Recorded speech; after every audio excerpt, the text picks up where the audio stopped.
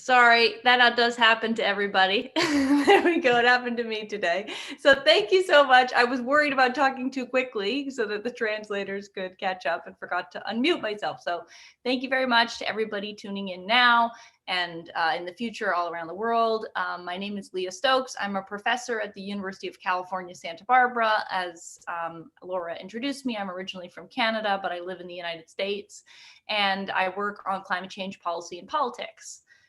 So I'm going to begin with a story, which is that, I live in Santa Barbara, California. You might not know where that is. It's north of Los Angeles. If you know anything about the United States, you know that Los Angeles is a very big place geographically, right? There's a lot of cars. It's quite sprawling. And this is an image of Los Angeles. And overlaying on top of it is an image of the Thomas Fire, which was a very big fire a few years ago that burned all the way basically to my backyard in Santa Barbara. And after that fire happened in the town of Montecito, which is right next to Santa Barbara, it's basically the same place.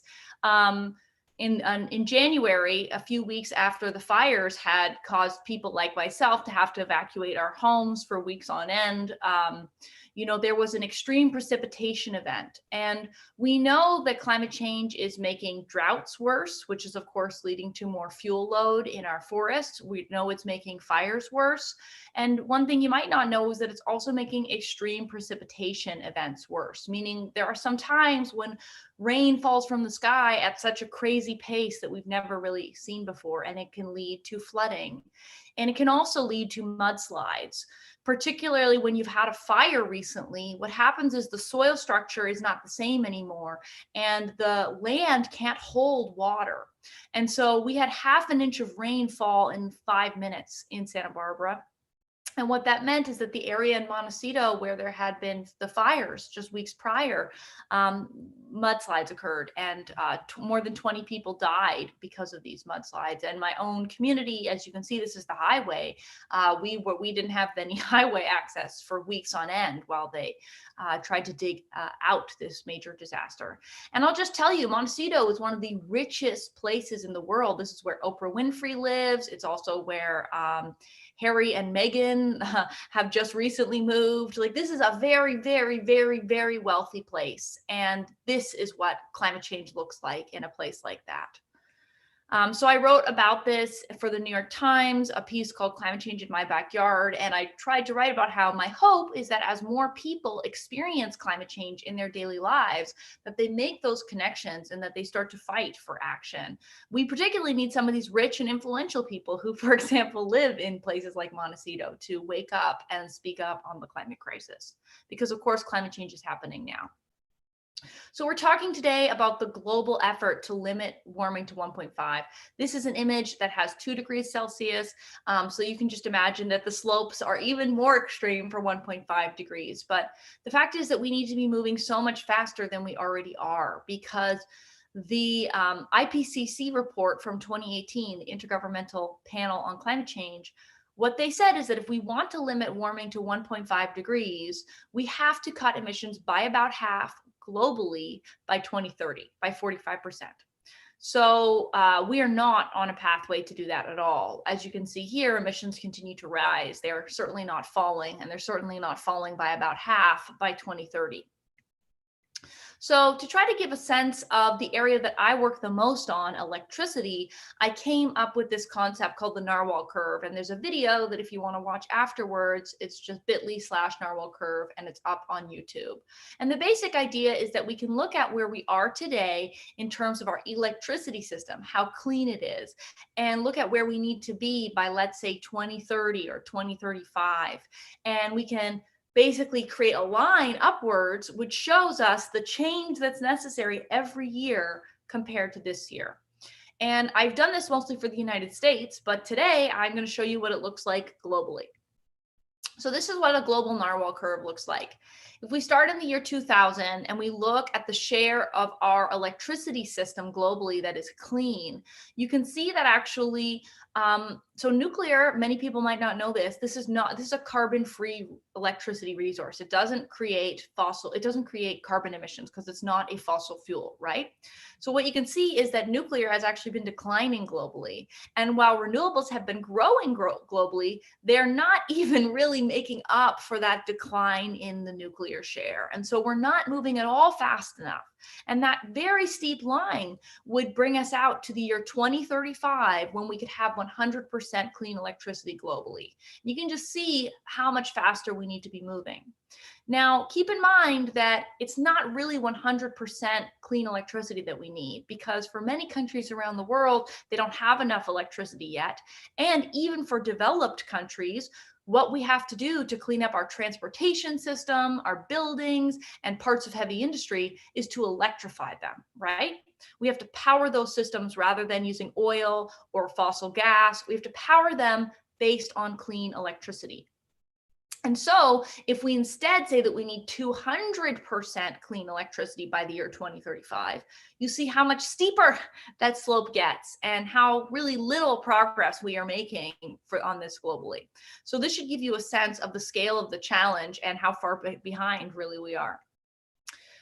This is just a map globally of the electricity share from low carbon sources in 2019. And you can see that some countries, for example, Canada, parts of Northern Europe, parts of South America, and parts of Africa are making progress. But many places around the world continue to have very little of their electricity coming from clean energy sources.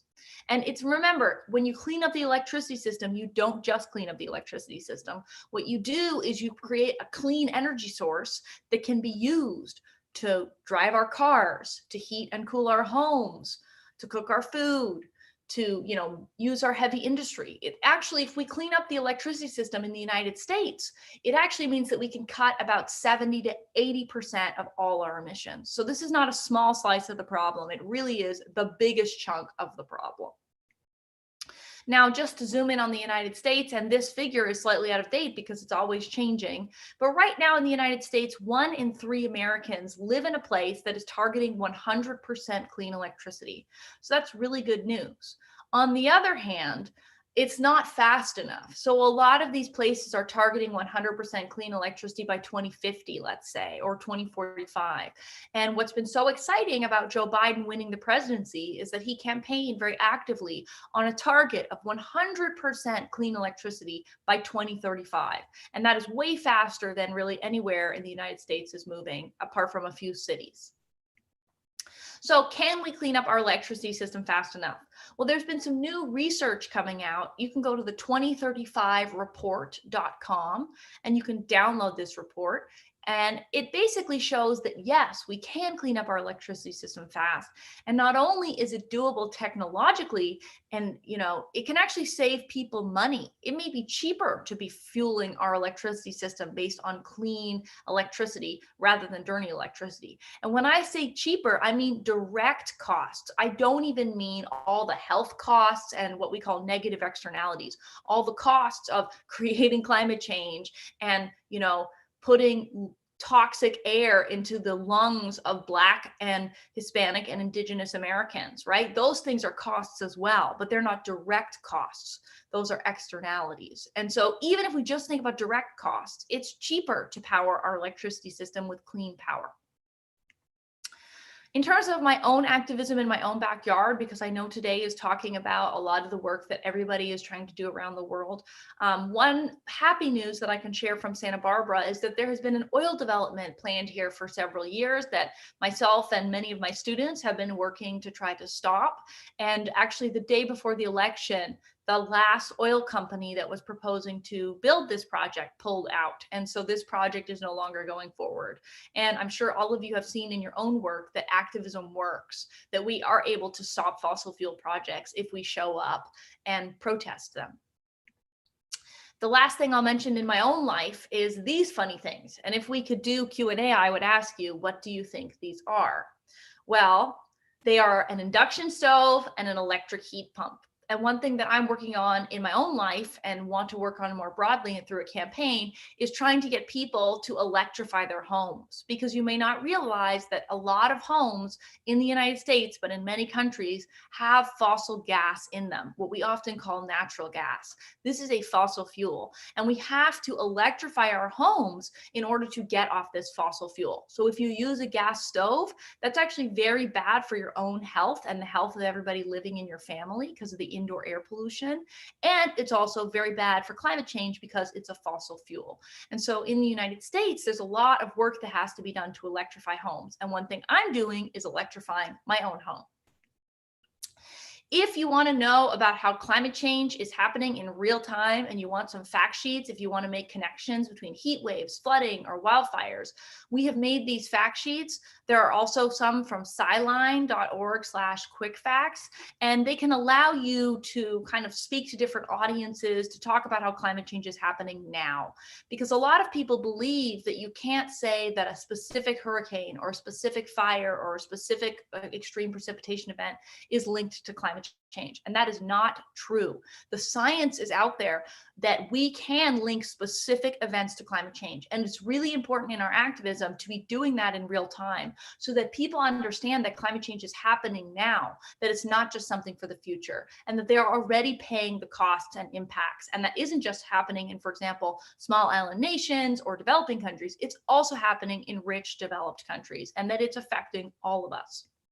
So thanks very much. If you're interested in following my work, I have a podcast called A Matter of Degrees, and I'm in these books. And of course, I'm always active on Twitter. And, to all the young people out there striking every Friday during a terrible pandemic, keep up the fight. Your work really is going to make a difference. And, the fight for climate change is long. So even if it's a tough time right now, keep up the fight.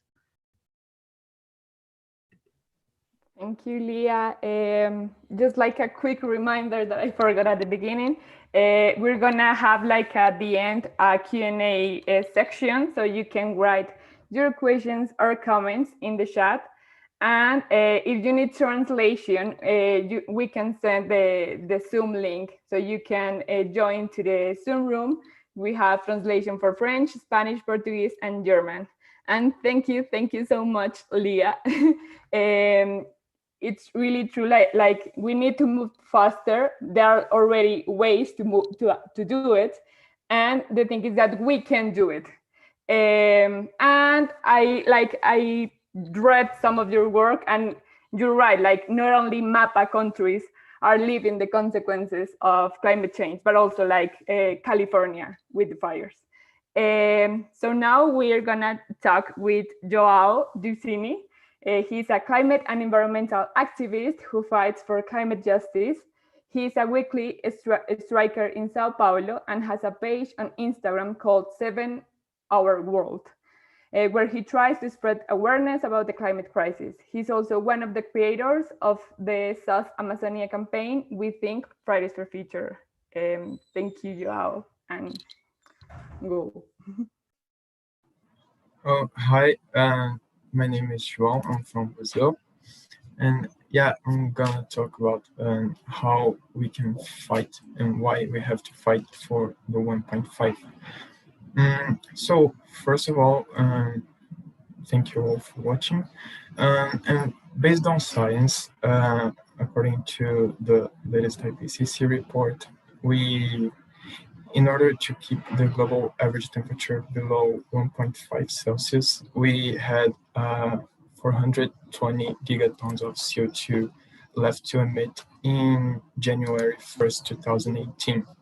Now, it's below 300 gigatons right now. So 2 years later, we have used a quarter of our budget, and this was supposed to last until the end of the century.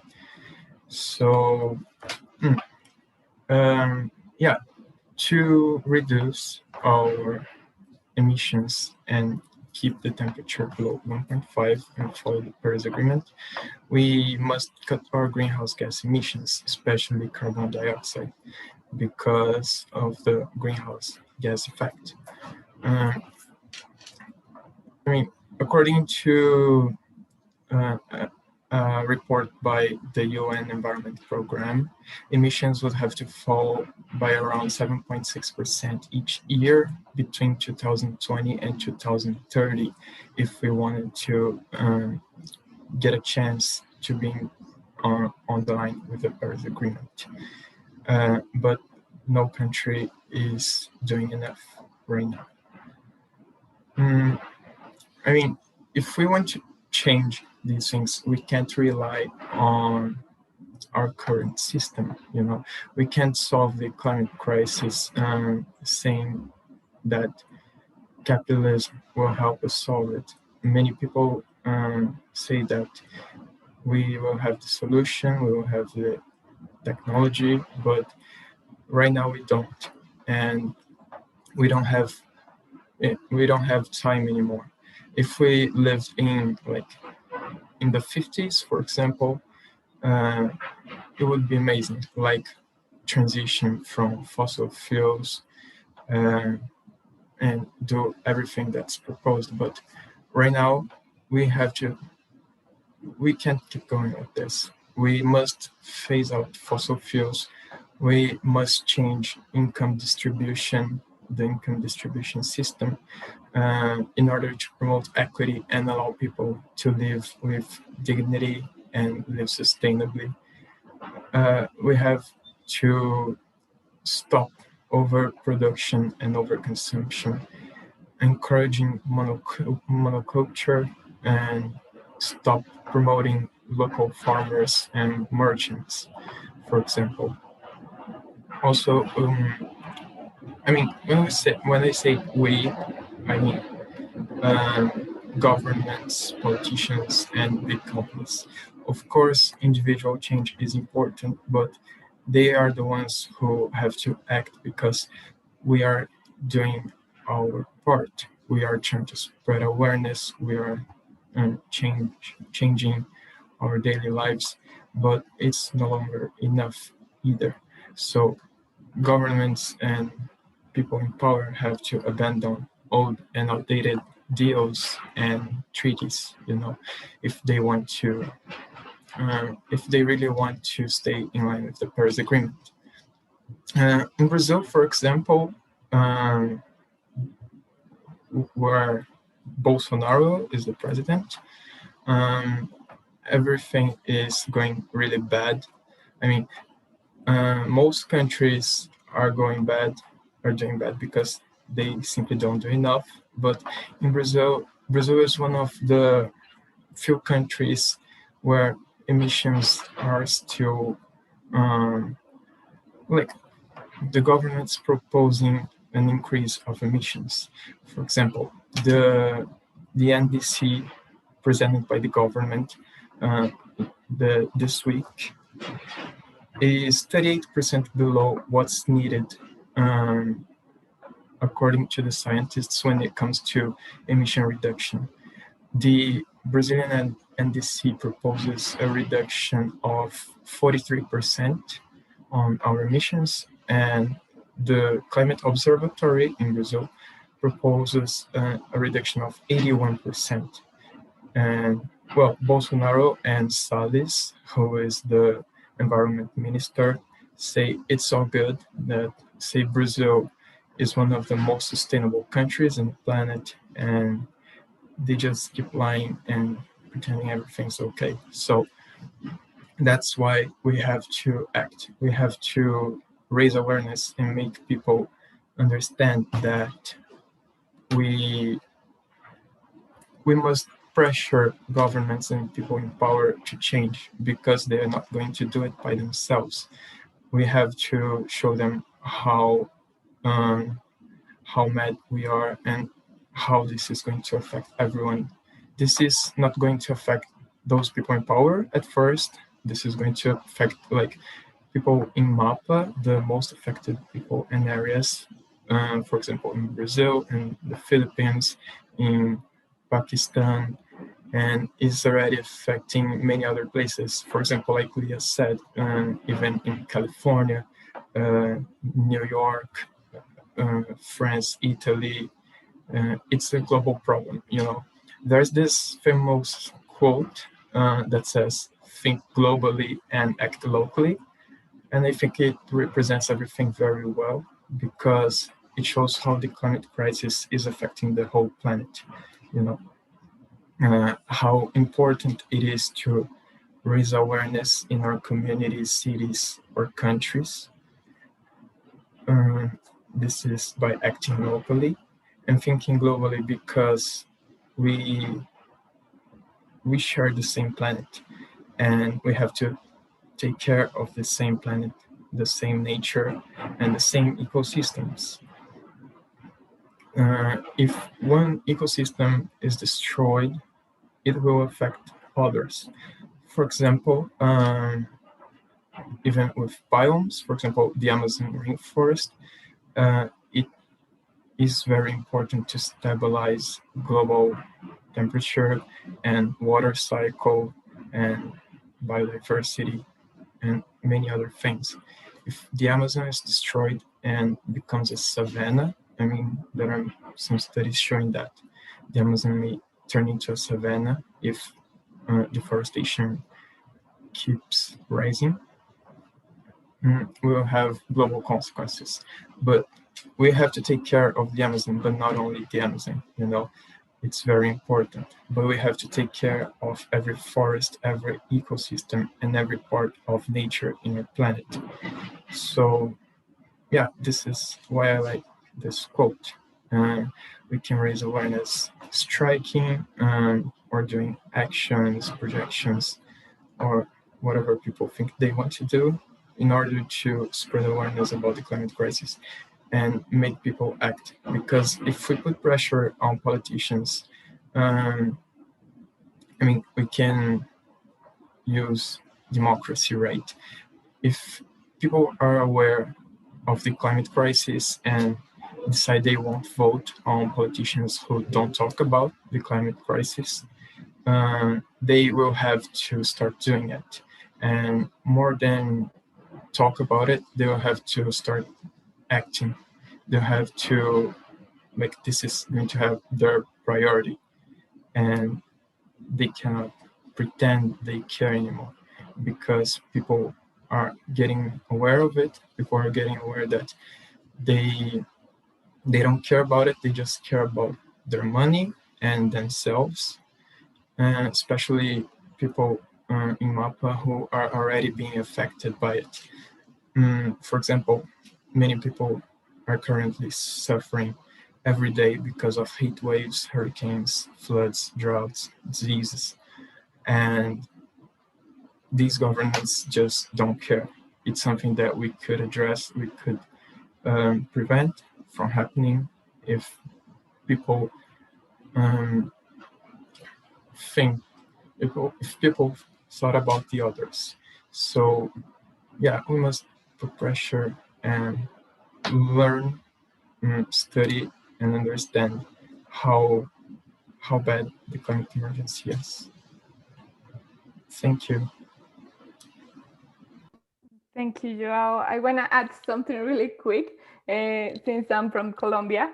Actually, Brazil and Colombia, I don't know if you know, but we're neighbors. And like you all know that the climate youth movement is demanding today the big, to have more ambitious climate goals in order to stick the rising to 1.5 degrees.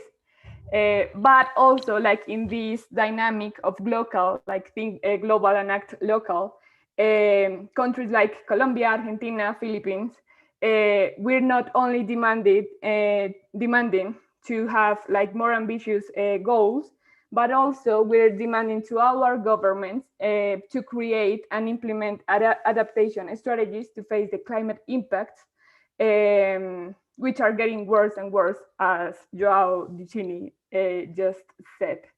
Now we're moving to Brianna. She's from the Pacific Climate Warriors, a grassroots movement for climate justice, active in 15 of the Pacific Island nations. They empower young people to understand the issue of climate change and to take action to protect and enrich their islands, cultures, and oceans. So hi, Brianna, and I give you the floor. Hi. Thank you. Thank you, Laura. Thank you for introducing who we are as a collective so I don't have to do it. So thank you. So as was said before, we're a group of Pacific Island people from various places in the Pacific Ocean who are passionate about fighting for our islands. And our motto is, we are not drowning, we are fighting, because we believe in a world where our most vulnerable people can actually be the people that have solutions, that have the fight in them to be able to speak up and put pressure on our leaders to do what they need to do to make sure that we can keep a world below 1.5. I come from islands that depend on keeping our temperatures below 1.5 because of how small and remote we are and how connected we are to the ocean, but now how much we fear the ocean because of sea level rise and because of climate change. I think it's been a big year of reflection for a lot of Pacific Islanders who were counting on the Paris Agreement. And as we mark 5 years of the Paris Agreement, I wanted to mention and bring into this space the fact that the win that many people had in Paris was not a win made by governments. It was not only a win that world leaders could celebrate, it was actually a win made by people.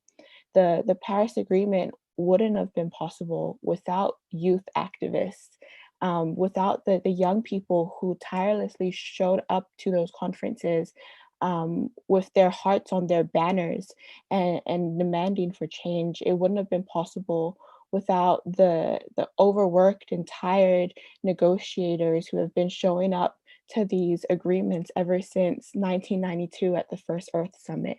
And so I think even though we can be a little bit pessimistic about the state of the environment and the state of the planet right now, I think it's important to remember our wins and to remember when a win of ours as youth climate activists and as people who believe in movements, sometimes these are packaged as wins that were made by governments, but they were actually ours because we know historically governments don't move unless people put pressure on them.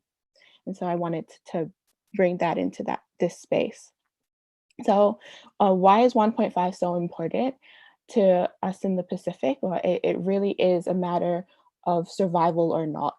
And something that I had a conversation about this week was with someone from Tonga who I never met. So Tonga is another island in the Pacific, and I'm from the island of Samoa. So we're neighboring islands, but completely different places. And we were talking about how often we've had to experience cyclones. And I've experienced quite a few in the past 5 years of my life because, as we know, these weather events are increasing in frequency. And something we were talking about was the frequency of the times we have to clean up after the cyclones. And it was a shared experience we both had about how after a cyclone comes the cleanup. And so we were talking about how when everything floods, because we've both experienced the flood before, and how the water leaves and then we're left with mud. And this wasn't even something I'd ever talked to this man about. I've never met this man before, but we lived the same climate reality. We knew the smell of the mud. We knew how thick it gets and how hard it is to dig it up and throw it outside of our houses.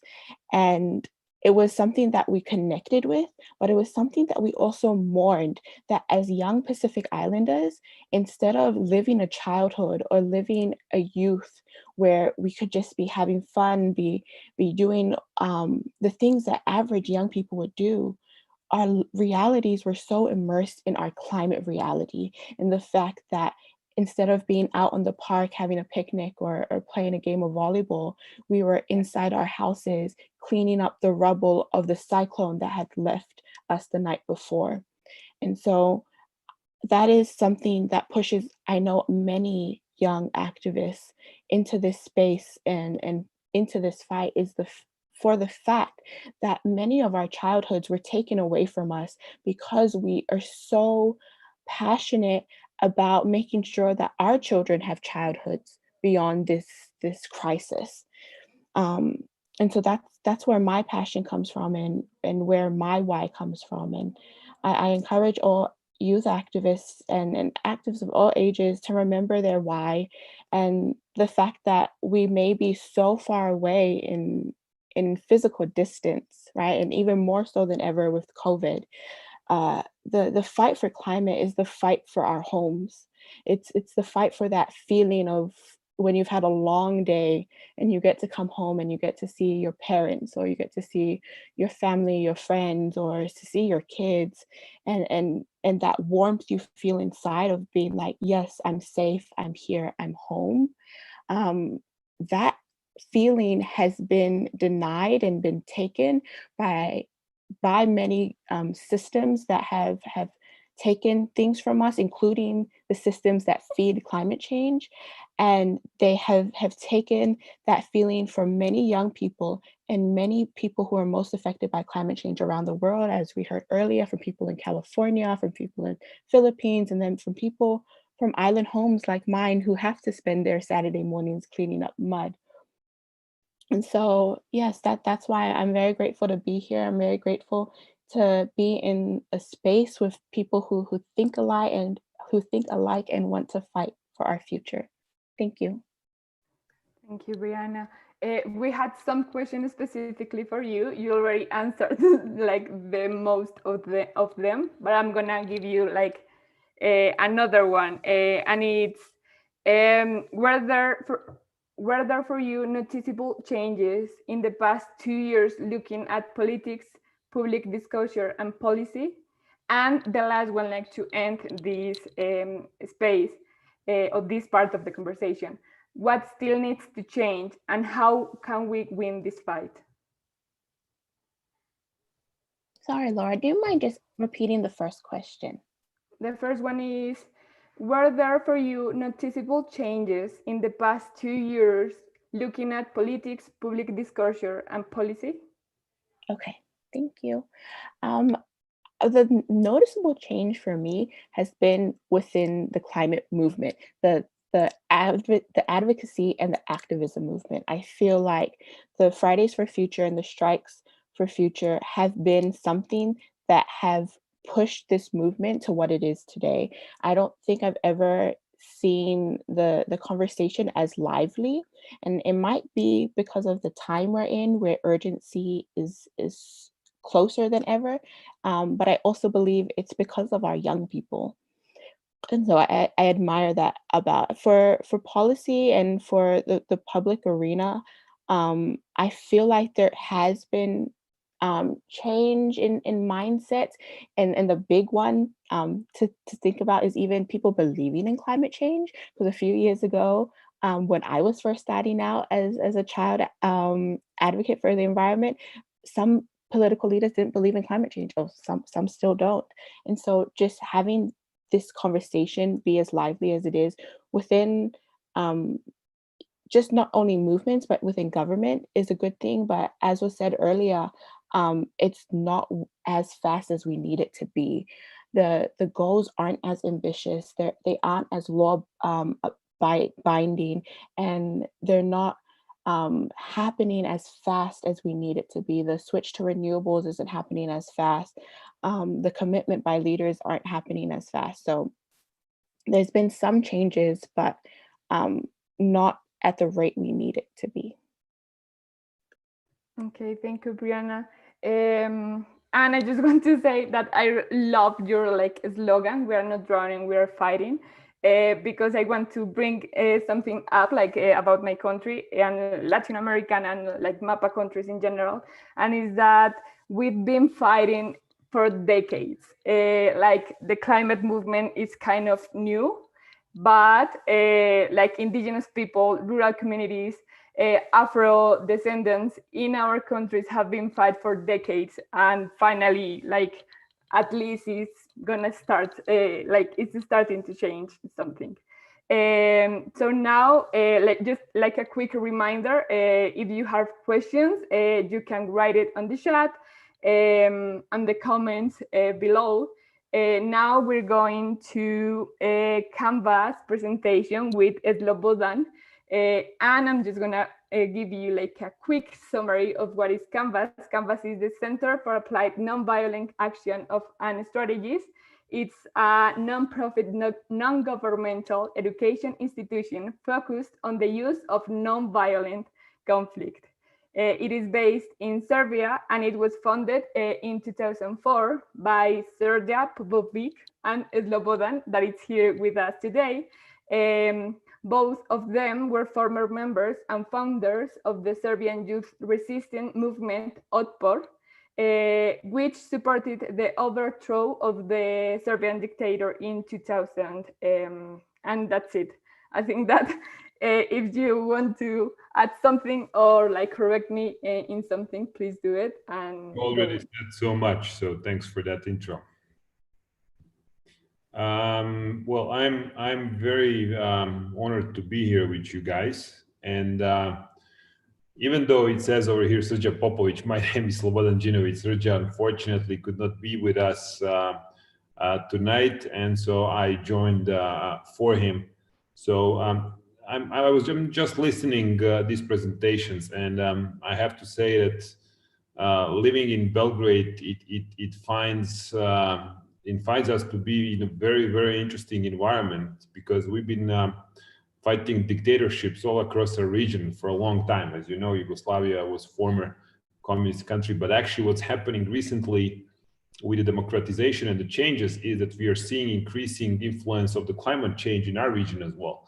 So I just want to tell you that based on these ranking lists, just as curiosity, on the air pollution, you go to any website, and you're going to find Belgrade being among top 10 cities, which is kind of amazing. We've never actually faced that before, and that's a lot through the climate changes and actually the usage of the fossil fuels for the home heating. And you know, we live in the area, and in geography we have the biggest river, European river, Danube.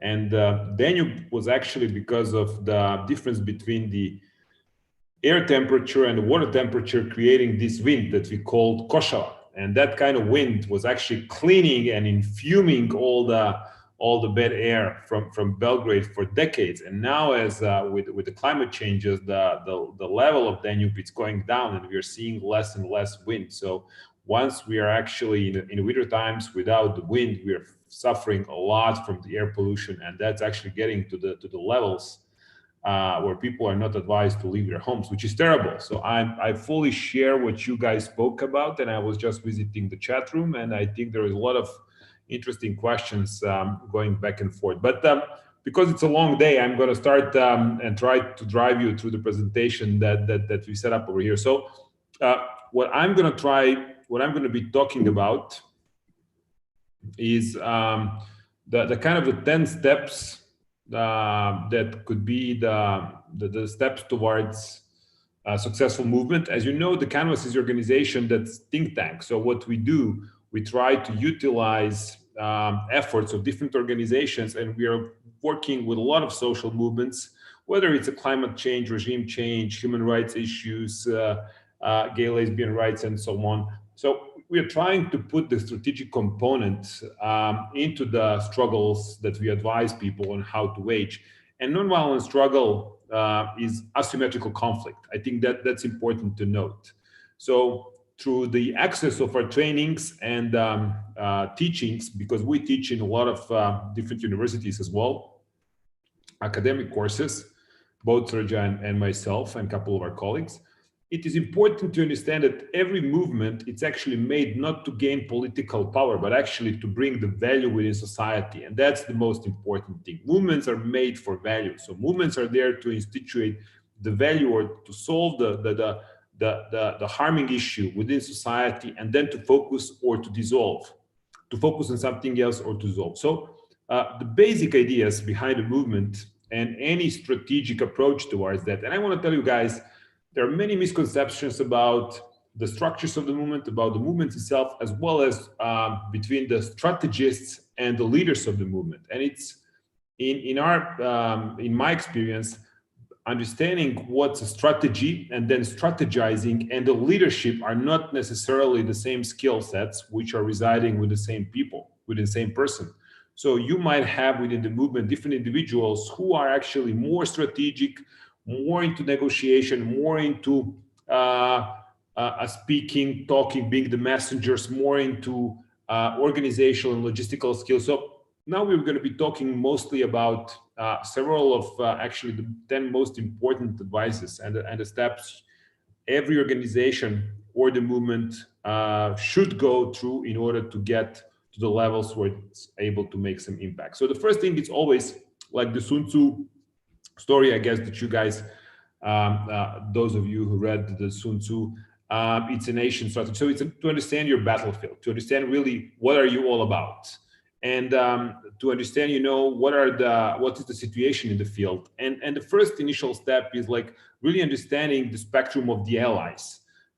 We call it the spectrum of the allies, but it is really to understand like who are you residing on, like who are the people, organizations that you can rely on your goal, like who are the individuals and what are the issues that you can actually put in front of these guys, like, you know, what are the topics, what are the least common denominators. I'm going to be talking about that in a few, but like who are the people we can work with, and then what are the people in the middle, and then whom are we against. And it's all about understanding these groups or institutions and to understand how to approach them, because you're not approaching in the same way both of those who are your allies, and you're not going obviously in the same way towards your opponents, but neutrals are here someone whom we are going after. So it's always idea for the movements. You know, movements depend on the numbers. So we measure the strength based on how many people are following them, how many people are participating. So if you want to build a movement, that means you are into recruiting business. If you want to recruit, the first target for recruitment, it's always neutrals, because those are supposedly going to be the easiest group to get for a cause. So understanding the spectrum of the allies, it's something that we always advise people in our trainings to understand and to draft and map, because based on this, we are modeling the society or the issue or the conflict. And based on that model, you can pick up the tactics and strategies that you want to engage these groups. Now, these groups often we call the pillars as well, because they're actually influencing the issue that we are attacking, that we are going after. And we need to understand where are they in terms of pro or con, you know, pro our goal or against our goal. And so in that kind of spectrum of understanding, we call it paragraph analysis. We are not having time for that over here, but we are trying to map these pillars. And these pillars should actually give us understanding like whom of those we want to attack. Because, you know, the theory of power always teaches us that no monolithic structures exist in a war, that it's very rarely that today almost all societies depend on pluralistic model, which basically involves a lot of stakeholders. And you can actually find many of those in the spectrum of the allies, and some others, you know, many non-state stakeholders, maybe international community. And so all of those are interacting between themselves. And those kind of trends, how do they react to the certain things or problems or crises, is what movements should be interested in, into learning how to approach them and how to learn what to expect after that approach or tactic towards these movements are done. So step number 2, or I would say maybe even sometimes step number 1, it's to put the proposition, to actually find your vision, and out of that vision to try to build a unity. There are 3 key principles for the successful nonviolent movements, guys, and this is the unity, planning, and nonviolent discipline. So the unity or horizontal negotiation, in some academic institution they would call it, is directly a result of vision of tomorrow proposition. Like, what is it that we want to achieve? Like, what is it basically that we want to score? And that vision, it's a long-term goal. And when I said the movements are made for the values, I meant that vision, it's supposedly going to change our society into the better society, into better understanding of our problems and addressing the problems. And very often this vision is a long-term goal that many of the movements who perceive many movements who perceive their visions, they never actually live enough to make it true, but they do actually initiate all sorts of processes within society, which in the end, at some point, do tack the vision in the first place put on a table. So now the vision is also the platform based on which we are recruiting people. And so those who agree with our vision and those who understand what we want to achieve and those who identify with our vision are automatically candidates for the recruitment and the candidates to join us. Now, something we would also mention is activists or volunteers are driven based on two criteria. It's enthusiasm versus fear. And so this vision, it's in the job of stimulating the enthusiasm. It is basically meant for the activists or for the people to get more willing to help and engage. And as you know, volunteers can actually commit X amount of time for a goal, for a movement. You cannot expect them to be full-time, to act as a full-time employees. As a movement depend on many people. So that vision very much helps in movement going over the hurdles of growing from one step to another in terms of the numbers and recruitment. Once you have a vision and once you have a goal, then you need to design your strategy. So what is the strategy, guys? Well, that's the totality of all the means, everything you do in order to accomplish your vision, in order to accomplish your goal. And based on how these goals are divided in terms of whether they are like immediate, midterm, or long-term, you can actually divide strategy into general strategy, which is something that we can expect to last for a number of years, decades, like in Serbia before 2000, when we were actually, you mentioned just when we formed the movement that was going against Slobodan Milosevic, we never expected that we we're going to get rid of him in about 3 years. We thought it's going to take us like decades. And so we built the general strategy that we thought would actually get us there, but we anticipated it's going to last much more. So it was about the change of the system of the values in our society. And then the strategic goal was immediate elections. We thought, like, we go to elections like you guys just had in the in the US, and you say, like, in the elections we are going to get and win the conditions to address some climate issues in the US that previous government, for example, or president did not want to. So the general strategy is something that's going to last, and strategic goal, it's immediate goal, and then below that you're looking into campaigns, and the campaigns are made of tactics. So the tactic would be like any street event, anything that you do, any kind of action that the movement organization is doing, but it's very, very locally focused. And usually those tactics are made to address particular issue, to proclaim the victory and to move on. So for the organization to become victorious, to be in a position of growing and recruitment, it is important to learn on how to build the campaigns and how to make it out of the tactics. After each one of those, you can proclaim the victory. So if you do that, that will be very positive for your activists. That will enable you to recruit people. And learning how to do the campaigns, it's one of the key momentums for every movement. You know, in terms of environmental organizations, in terms of the climate change organizations, you know, you can see many of those, but each movement is basically in a job of understanding that once you build this, it is about whom you target. Like specific tactic is about whom are you targeting? Like, what is the organization that you specifically are going against? And what do you want to achieve by doing that? You know, many times we worked with organizations which are just in a field because. And when you talk to different activists, you can find different motives and reasons why people are active. Sometimes they're saying, like, it's our job, or we just want to solve this issue. Well, Canvas is mostly working with people who are trying to fix particular issues and are trying to reach particular goal. And I think by focusing and by keeping it very narrow, so going one pillar after another one, you are able to achieve much more in a shorter period of time. What happens by successful targeting is as well that you're learning about behavior of your pillar. And if you study that, every strategist of every movement can learn what to expect from different tactics once engaging certain pillars. So, for example, like for a long time, we've been dealing with Iranian activists. We never knew how to, how to send the message across Iran, because to meet people was very difficult. You cannot meet in the streets. More than 5 was considered being protest, and that was forbidden. So we understood that whenever Iranian football team was winning, the national team, once they were winning the games, everybody used to celebrate for 3 or 4 days. And we understood that we would have window opportunity every time they would win.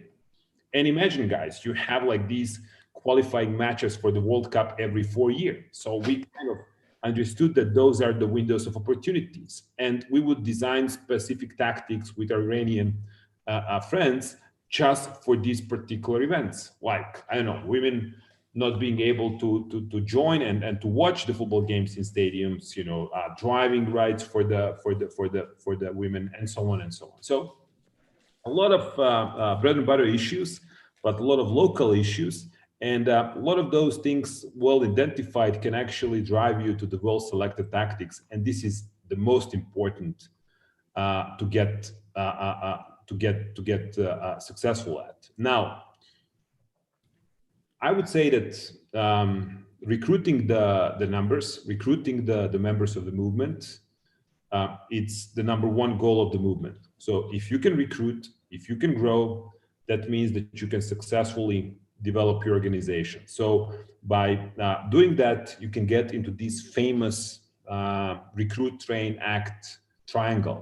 And why people belong to some movements? Well, they do that because if they feel useful, if they feel that movement is alive, that it's operational, that it does something with its activities, because environments are changing, guys. And so many times you enter a certain issue or a certain problem, you cannot expect it that circumstances are going to last for so long. So you can expect your environment to change and you need to adapt. So that's why recruiting, training, and letting people to act, it's probably the best way how to make this engine go on forever. Now, in also our curriculum, we kind of, for better understanding reasons, kind of compare the movements with sharks. Sharks always swim. So if shark doesn't swim, it dies because it stays without oxygen, because it cannot breathe if it doesn't swim. So the point is, movements are like the sharks. They have to be on the move all the time. And many times different movements are very defensive. Our kind of curriculum and our experience is telling us that if you want to win, you have to take the offense. By taking the offense, you can expect that some of these tactics are going to go through, and that your campaigns and everything that you do can actually get to the successful point. Now, lately, Canvas is doing a lot about negotiation, because, this triangle represents a lot of horizontal negotiation. Horizontal negotiation is a coalition building. It is basically recruitment of the people and making them information to act on behalf of your movement. Vertical negotiation, it's a negotiation with opponent. And many times this vertical negotiation, it's only about communicating, sending the message to your opponent. So that's how you negotiate very often. So this triangle, once the movement can actually achieve momentum, where whatever you do, whatever tactic, whatever campaign you design, as a result, if you get more people joining the movement, that means that the movement is on a good path. And the movements usually start very slow. They start with very few people. They go into linear phase of recruitment, and then the exponential, and they're peaking. From that peak, they go definitely down. Maybe they die off. Maybe they actually pick up again. That depends on the environment and the stage of the issues they're involved in. But this is one of the main concepts that we use. Now, building a discipline, it's important. And why is nonviolent discipline so key? Well, nonviolent discipline is again about your potentials for recruitment. I explained that nonviolent struggle is asymmetrical conflict. That means that you are facing the adversary very often, which has resources, human, material. It has other 4 sources of power, like knowledge, skills, ability to impose the sanctions, intangible factors. So what you're trying to do, you're trying to get the numbers on the other side. You're trying to use specific tactics and methods to win your issue and to, you know, impose that new value that you're asking for. Enable, you know, but by trying to do that, we said you're recruiting. If you want to recruit, you have to be able to recruit as many as possible. So if you do the violent acts, then you're limiting yourself only to those people who are ready to accept violent acts and to participate in those. By being non-violent, your potential for recruitment is widening up. You can get elder people, you know, girls, little boys, whomever. But that means that your capacity for recruitment is strong.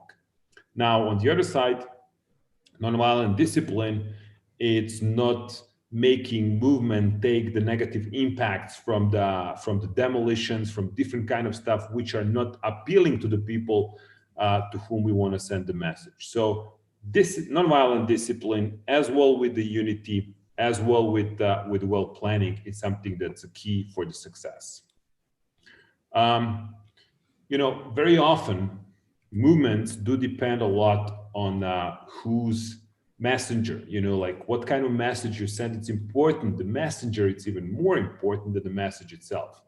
And in some books, you can find this famous saying, if you repeat the same message enough number of times, people will tend to believe.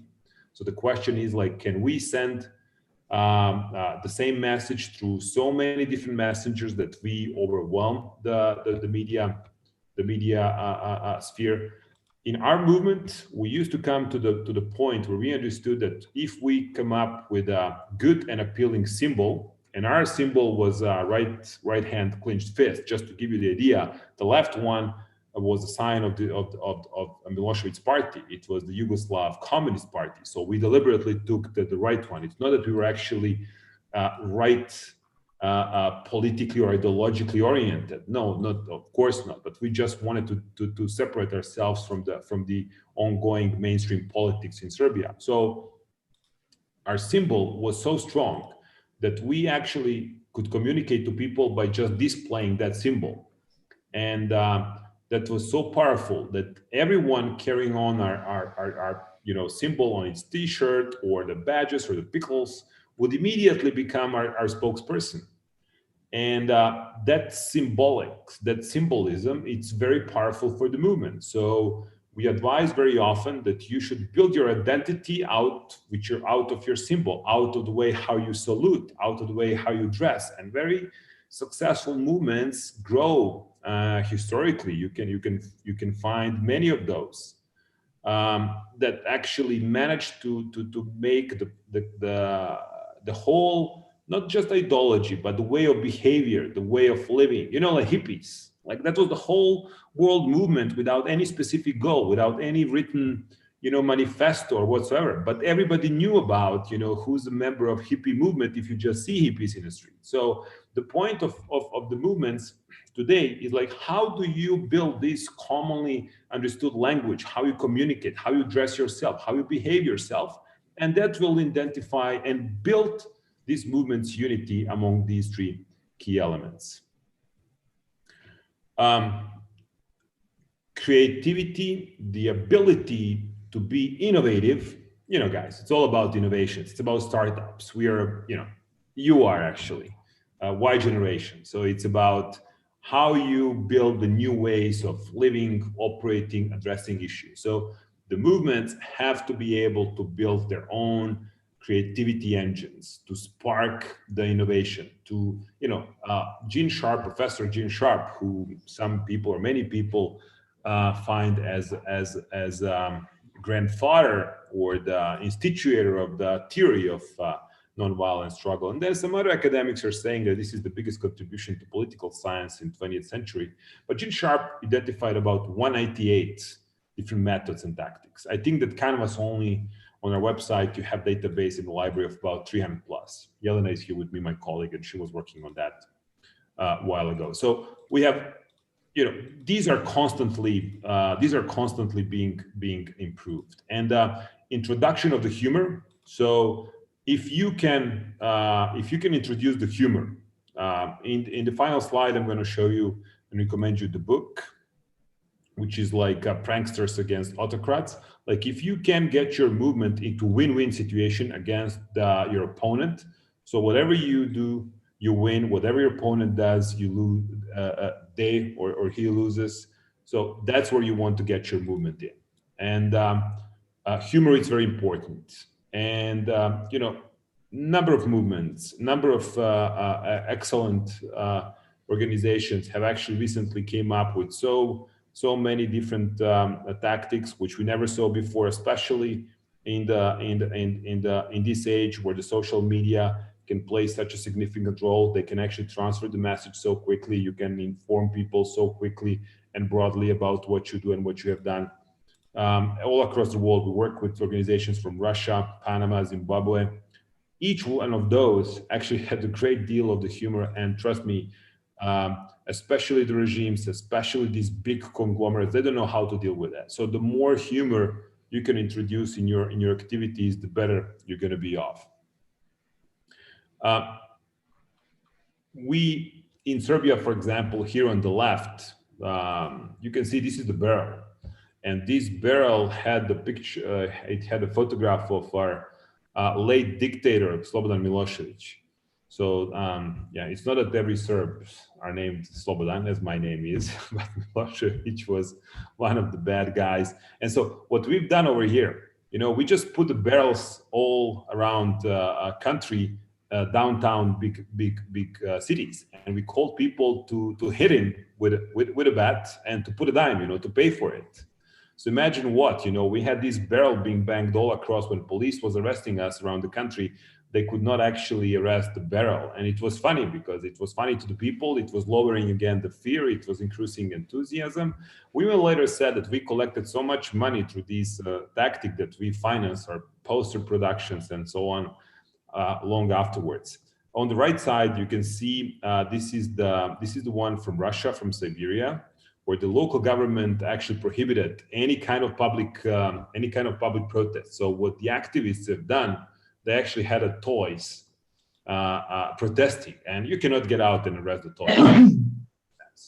So it was something that was making a lot of fun out of the local governments, and it was making a lot of sparks and a lot of followers on the social media. So these are some of the examples.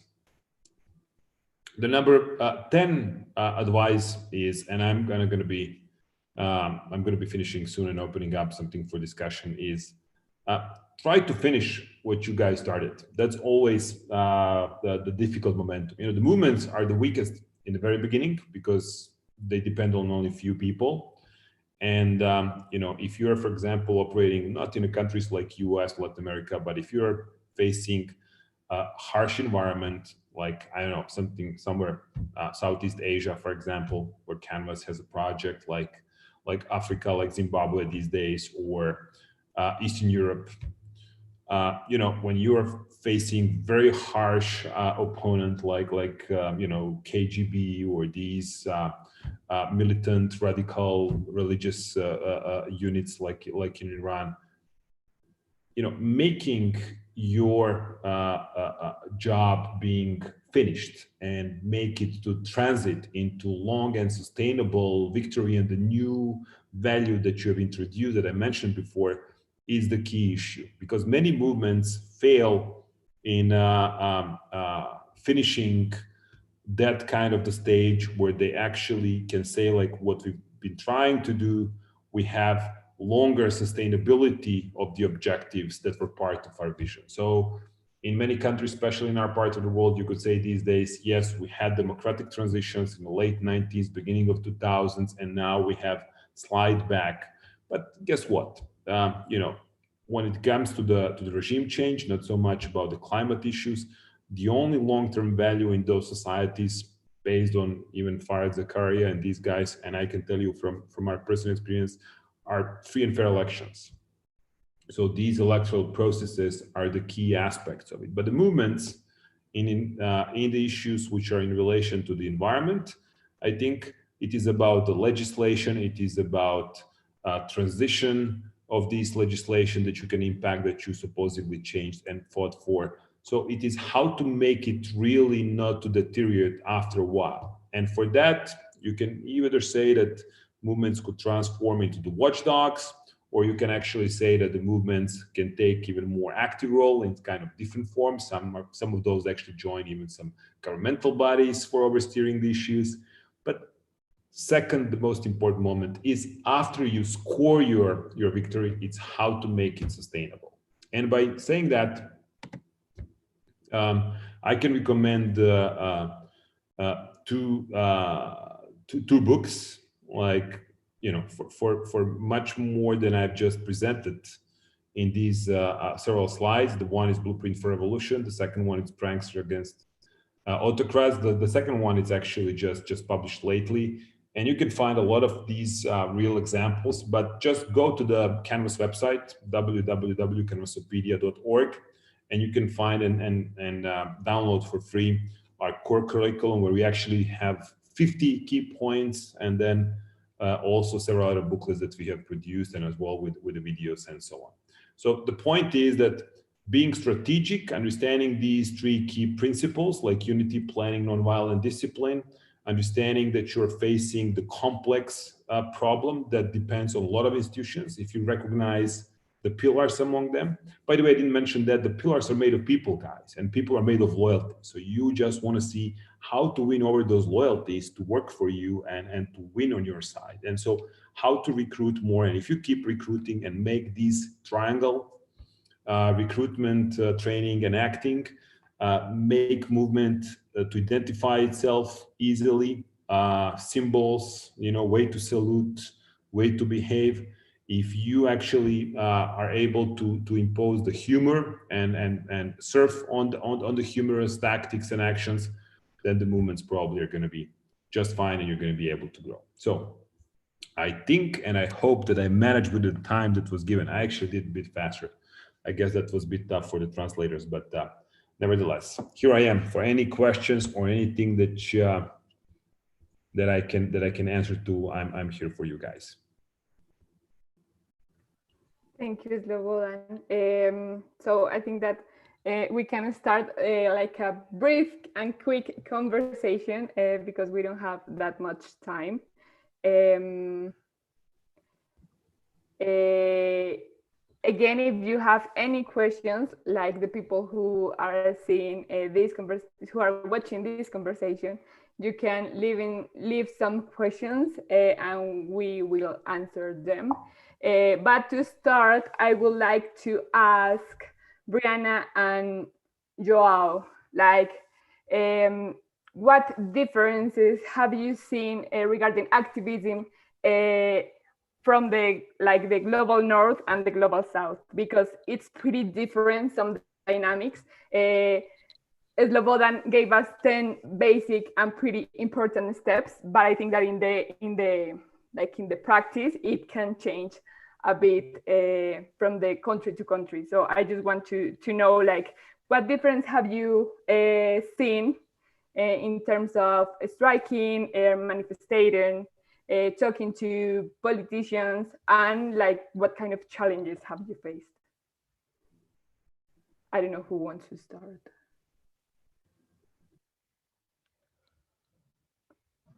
Oh, I can start maybe. I think a huge difference is regarding the security. I mean, there are many places that, yeah, it's not 100% accurate, but usually for example, the countries where environmental activists are killed the most are countries in the global south. So I think this is really important. I mean, countries like Brazil, Guatemala, Venezuela, and so on. But of course, there are. It depends on each country. But I mean, there are countries that don't allow you to strike, for example, you get arrested. And it doesn't necessarily have to do with being on the global north or global south. But yeah, I think this is one of the most important things I can think about now, like activists and safety. Yeah, I think to go off of that as well, I think culture also plays a part in, especially when you're talking about young activists. In indigenous communities or in predominantly communities of from the global south, culture plays such a big part in people's everyday lives, and a lot of these cultures have rules and boundaries around when it is deemed appropriate for a youth to speak. And so I think that also changes dynamics for some of the global south youth, is the role that they play within their own culture and how speaking up and activism may endanger their relationship to their culture, depending on how strict the boundaries are around speaking up. I think something else that is different is our ties to community, because with culture comes responsibility, but also comes this great connection to something bigger than yourself. So in the Pacific, there's no such thing as I or an individual. We actually live collective lives. And I know this to be true of many indigenous communities, is that you don't live a life for yourself, you live a life for your village. And so this can be a positive in the movement, where when you show up to a space or when you show up for a purpose, you're not just showing up alone, but you're supported by an entire village. And then for smaller communities, especially in the Pacific Islands, something that's different is proximity to power. Whereas the population for my island is 190,000. I know where my prime minister lives. I see him at the supermarket. And so that access to politicians and access to leaders also differs in the global south with smaller communities. Yeah, yes, like it's very sad that Leah had to leave, because I really like to study about the communication and climate change. And one of the things that I have found is that when you talk about climate change in like rich countries, like Leah was saying in her presentation, like there are some people that still don't believe in climate change. But like in countries like us, in Brazil, Colombia, and the Pacific Islands, you cannot deny that the climate change is here, because you can see it every day on the news. So that's like a quick comment that I wanted to give. And now I want like to link the South Amazonia campaign with what Slobodan said to us. Like Joao, what like I want to know more about the campaign.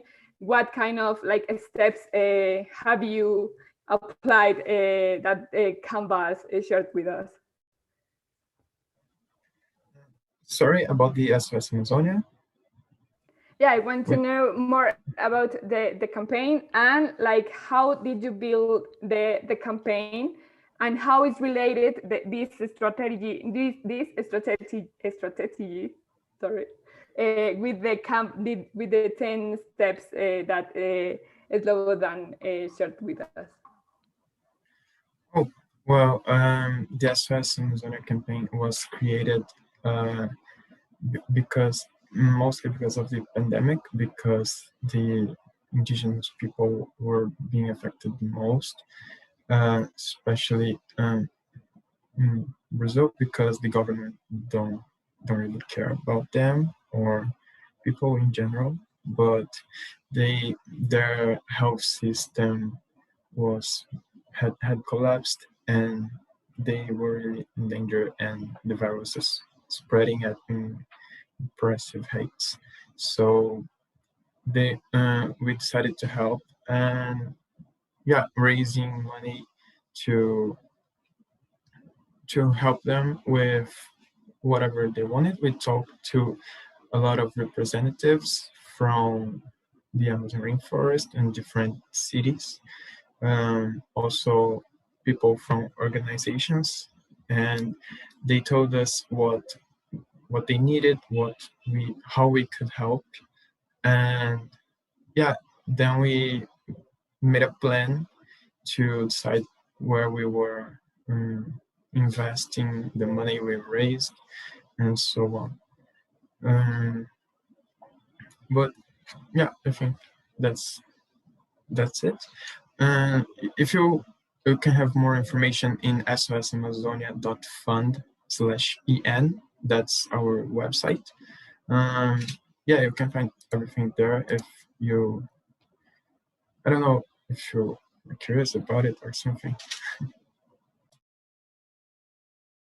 Okay, and one last question that goes to Slobodan, and it's what kind of changes of this manifestation strategy and like template that you have, or basic template, could change in the future, like with the technology and with the old communications changes that has been occurring? Well, yes, that's a very good question, because lately, you know, the first kind of involvement of technology that I've seen was in Belarus back in 2006, where you have the chains of the SMSs, activists being invited to get out of the streets. But lately we are coming to a term that's called couch activists. Couch activists are pretty much people sitting in their homes and just watching the TV and neglecting what they're seeing. Or you have these clicktivists, right? Like people who are just clicking and signing the online petitions and so on. So the point is that we still need the live people. You need live activists to work on your behalf, and you want to find a way how to recruit them. So the Occupy, for example, was a great example of the movement that has been endorsing only one tactic, which was physical occupation of the space. And they have these endless debates online where everybody could participate and was called to take a part in deciding and making decisions and voting. The movements are not about voting, endless debating, and so on. Movements are about actions. It's about what do you really do. So we should take the technology as an advantage in terms of faster communication, ability to reach wider numbers of the people, but also we should not mix it with struggle arena at all. So it is still pretty much everyday environment, like the streets, like the potential spots, specific spots that we need to be physically at, and we need to work with the people and see how to physically engage them to contribute. So I think technology is good. It's giving us, for example, like in terms of evidences and just, we're talking about the climate stuff, but these just pictures of the Amazon. I have to tell you, I'm living in Serbia, Central Eastern Europe. So everybody over here were amazed by the fires and everything that was going on around the Amazon forest. So that's what technology actually gave us as the ability. And I think we should use it as such. We should not actually try to build the movements on our technology, because I'm not sure how much, I'm not saying that I'm against it, but I'm just saying like, by trying to do everything online, by actually online petitioning and so on, it is just one of the tactics. It is not the movement itself, and we should not mix it for that. Okay, thank you, Slobodan. I think that's it. I don't know if Brianna, Joao, or Slobodan wants to give like a quick message regarding like our title webinar, that is how we win the fight for 1.5. Like a final message to the people who is watching and who are gonna watch this webinar.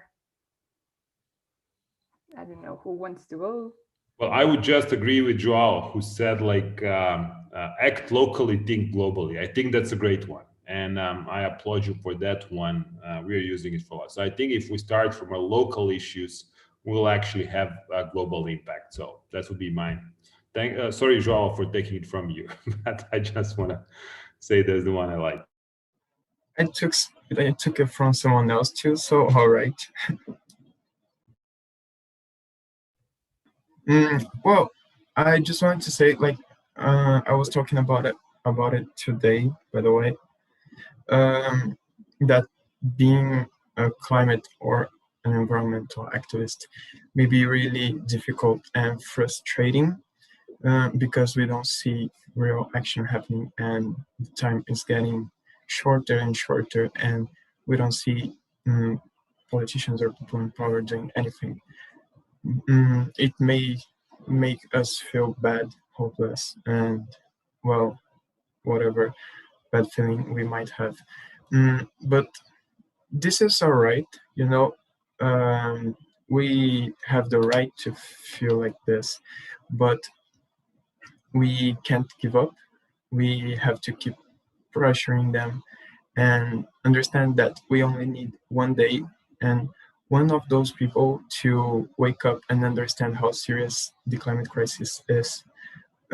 If one important person, like one person in power, understands how bad the climate emergency is and starts acting, this person will probably influence other countries, especially, for example, in Europe, where you have the European Union, so one country can influence the other one, for example, and global leaders will see this being done and might be inspired.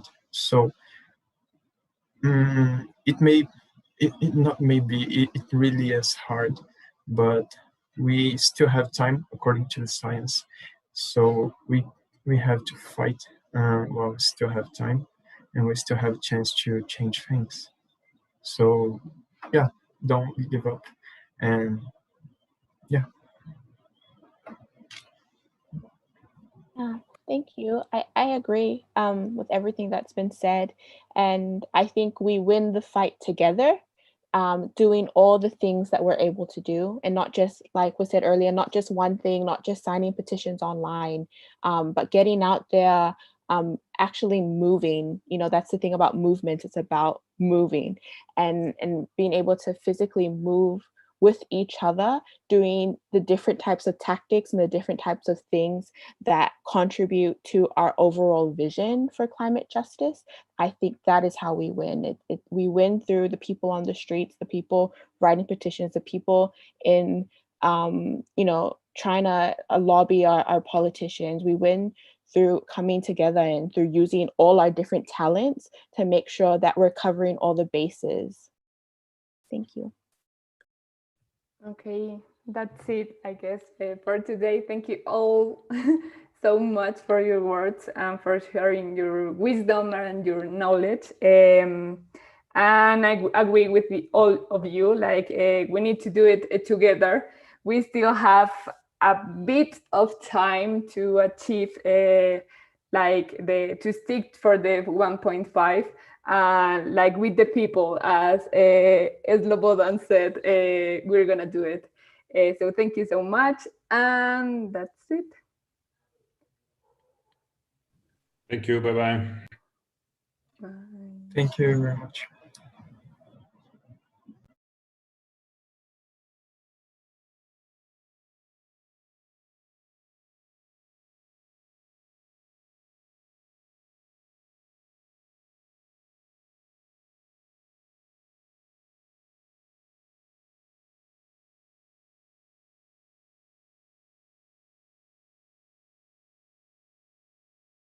So I think we're offline now.